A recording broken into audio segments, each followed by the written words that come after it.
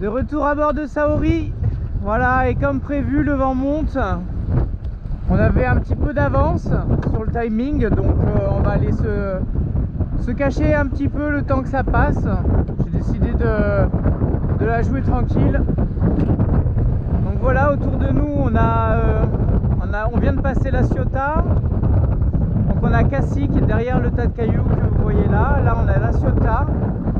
Et ici, on a les Lecs. Et on va aller se cacher derrière la montagne là que vous voyez des Lecs. Parce que là, ça ne fait que forcir. On a déjà 20 nœuds établis. Ça peut monter jusqu'à 40. Donc le gros du travail, ça se passe là-bas, là, derrière ce cap. C'est le cap de quoi d'ailleurs, ça?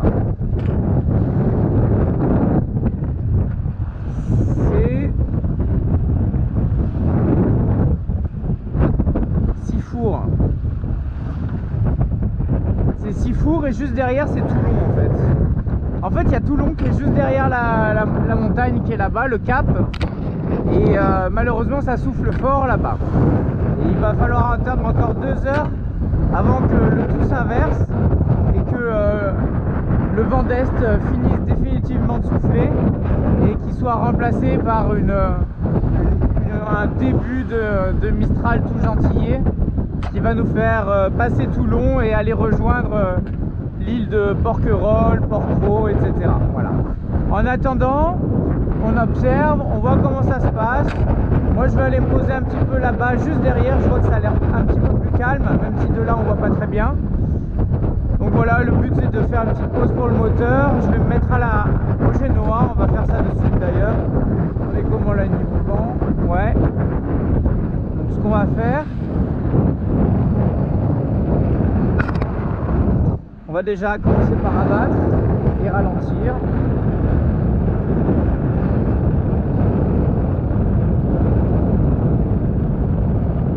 Voilà, l'idée c'est ça va me permettre, ça fait plusieurs heures qu'on est au moteur, je vais pouvoir faire un check. Tiens, je vois qu'il y a un bateau derrière. Même si on n'est pas encore près, donc génois seul, ça va être compliqué.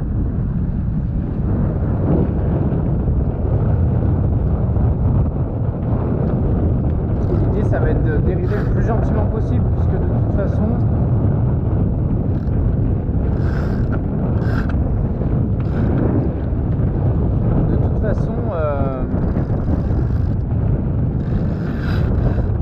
il va falloir qu'on passe du temps là-bas, au moins 1 heure ou 2.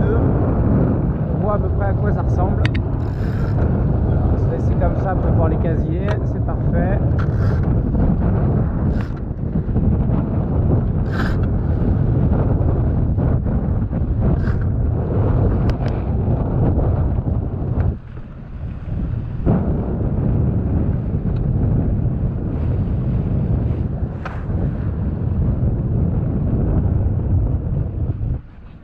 Ok, bon eux ils y vont, hein. Ils y vont tous, mais ils ont des bateaux qui sont un peu plus gros, un peu plus lourds et sûrement plus d'expérience. Donc comme je vous ai dit, le maître mot c'est l'humilité. Je ne sais pas à quoi vont ressembler les vagues. Donc déjà en sortant de Marseille, les vagues au niveau des calanques, elles étaient toutes pointues, dégueulasses et toutes pyramidales, et souvent il n'y a pas besoin de beaucoup pour que ça devienne vite carnage. Donc on va voir un petit peu ce qu'il en est, et puis si je vois que c'est tranquille, dès que de toute façon ça va d'un coup tomber, au moment où ça tombe on repart gentiment, et puis une fois qu'on sera au cap on va pouvoir récupérer le vent dans le bon sens. Voilà, c'est aussi ce qui permet de faire des longs voyages. Hop, on n'est pas pressé, on a pris beaucoup d'avance, on est parti à 7 h du mat ce matin. À la base on devait partir plutôt vers 9 h si tout se passait bien, mais j'avais envie d'éviter les orages. Voilà, malheureusement, je vois qu'il y a un casier. Je vous ai peu parlé de la navigation, de la préparation de la navigation. Je sais qu'il y a, pareil, je vous montre peu la carte. Voilà, j'ai eu un commentaire récemment qui me disait c'est dommage parce que tu montres rarement la carte, et du coup ça nous permettrait mieux de se repérer sur ton parcours, sur ce que tu fais, etc. Et c'est vrai que je vous dis, bon, là il y a la Ciotat, là il y a les Lecs, mais ça vous parle pas plus que ça, et surtout qu'à la GoPro vous voyez des montagnes au loin, mais sans plus. Et il est vrai que je devrais faire ça et ça serait beaucoup plus intéressant. C'est un commentaire très, très pertinent. Le problème, il y a deux problèmes. En tout cas, pour cette navigation, il y avait un problème, c'est qu'elle était très changeante, très compliquée. Moi-même, j'ai passé énormément d'heures et de jours à peaufiner cette préparation de navigation. Donc, ça aurait été long de vous faire beaucoup d'épisodes pour pas grand-chose, vu qu'à chaque fois ça change, etc. et que les plans changent. Ça aurait pu avoir un intérêt, je vous l'accorde, mais de toute façon, j'étais trop préoccupé.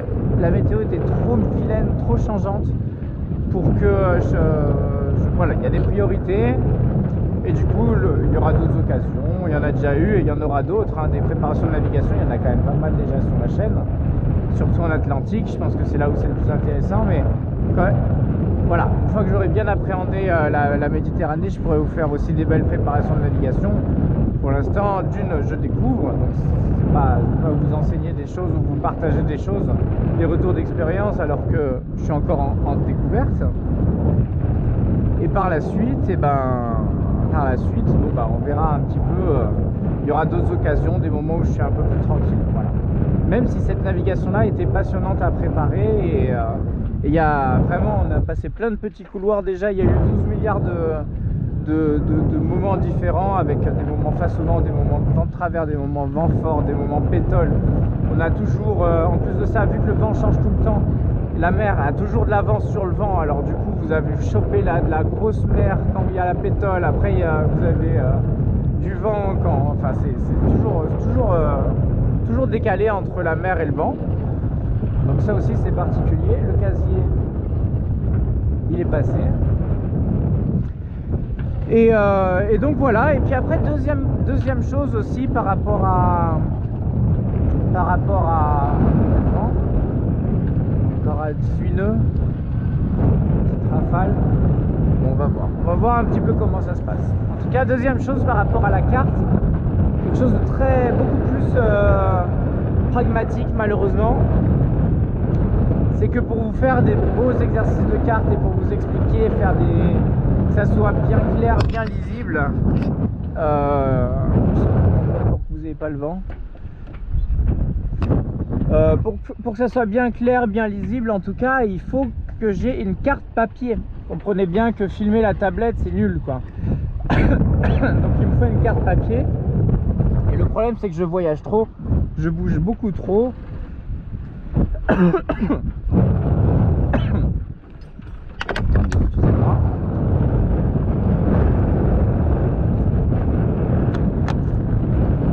Voilà, je fais beaucoup trop de distance, je parcours beaucoup trop de milles et du coup il me faudrait des centaines de cartes, si ce n'est plus.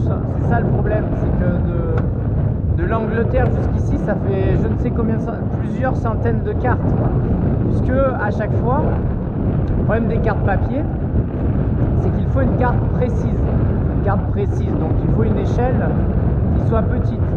Si vous prenez une grande échelle avec une carte papier, malheureusement tous les cailloux ne sont pas dessinés, et donc naviguer dans un endroit où vous pensez qu'il n'y a pas de cailloux, mais en fait il y a des cailloux. Si vous aviez une plus petite échelle, là c'est très problématique. Moi je m'en suis rendu compte au début. J'avais à Oléron, j'avais une toute petite échelle qui faisait juste la taille de l'île d'Oléron. Ça se passait à merveille, chaque caillou était dessiné et tout, il n'y avait aucun problème, ça me permettait de faire des exercices nickel. Après pareil, j'en ai pris 2, 3 un peu plus loin, et puis après je me suis vite rendu compte que ça coûte très très cher, puisque c'est 35 € la carte. Et la carte, vous faites grosso modo un département, quoi. Voire 2 cartes par département. Voire, ça dépend des départements. Si c'est le Morbihan, ça peut être plus. Donc en tout cas, avoir des cartes précises, déjà ça prend beaucoup de place, ça coûte énormément d'argent. Et du coup, c'est compliqué pour moi de vous faire... c'est vraiment tout simple, tout bête, hein. C'est uniquement une question d'argent et de place dans un bateau qui fait que je ne peux pas me permettre d'acheter à chaque fois toutes les cartes. Du coup, j'utilise malheureusement beaucoup la tablette et en soi, la tablette c'est quand même extrêmement pratique, puisque étant vectorielle, elle a du coup... je sais pas si comme ça c'est bien pour le vent. Mais étant vectoriel, on peut zoomer au maximum, il y a toutes les échelles possibles. Ouais, je vois que ça commence à monter encore. Donc on va être très bien là-bas, on va être très bien. Du coup, comme je disais, vu que c'est vectorialisé, et ben du coup on peut zoomer, dézoomer à foison. En plus de ça, vous avez les courants, vous pouvez tricher sur les sondes et avoir les hauteurs, les sondes qui changent avec la hauteur des marées en Atlantique. Donc il y a des choses très pratiques, et c'en est même trop. Donc quand vous avez la théorie et la pratique sur une carte papier, vous pouvez vous permettre d'utiliser ces moyens-là qui sont beaucoup plus pratiques que d'avoir beaucoup de cartes, comme je l'expliquais. Maintenant, moi j'ai pas envie de vous faire des vidéos où je vous montre comment utiliser avec technique Navionics, parce que sinon tout le monde va faire ça, et du coup c'est pas du tout quelque chose que j'ai envie de donner comme exemple. Donc moi, si j'ai un exemple à vous faire, tous les trucs qu'on a fait, ou à chaque fois qu'on a travaillé quelque chose à la carte, à grande majorité du temps, c'était de la carte papier. Donc je préfère rester comme ça. Bon, bah écoutez, voilà, moi je vais voir un peu à quelle sauce on va être mangé. Je vois que ça grimpe. Donc je vous laisse un petit éclair, ça met bien aussi, ça fait plaisir. Donc je vais aller me mettre un peu par là-bas, et puis je vous retrouve tout à l'heure. Bye bye, ciao ciao.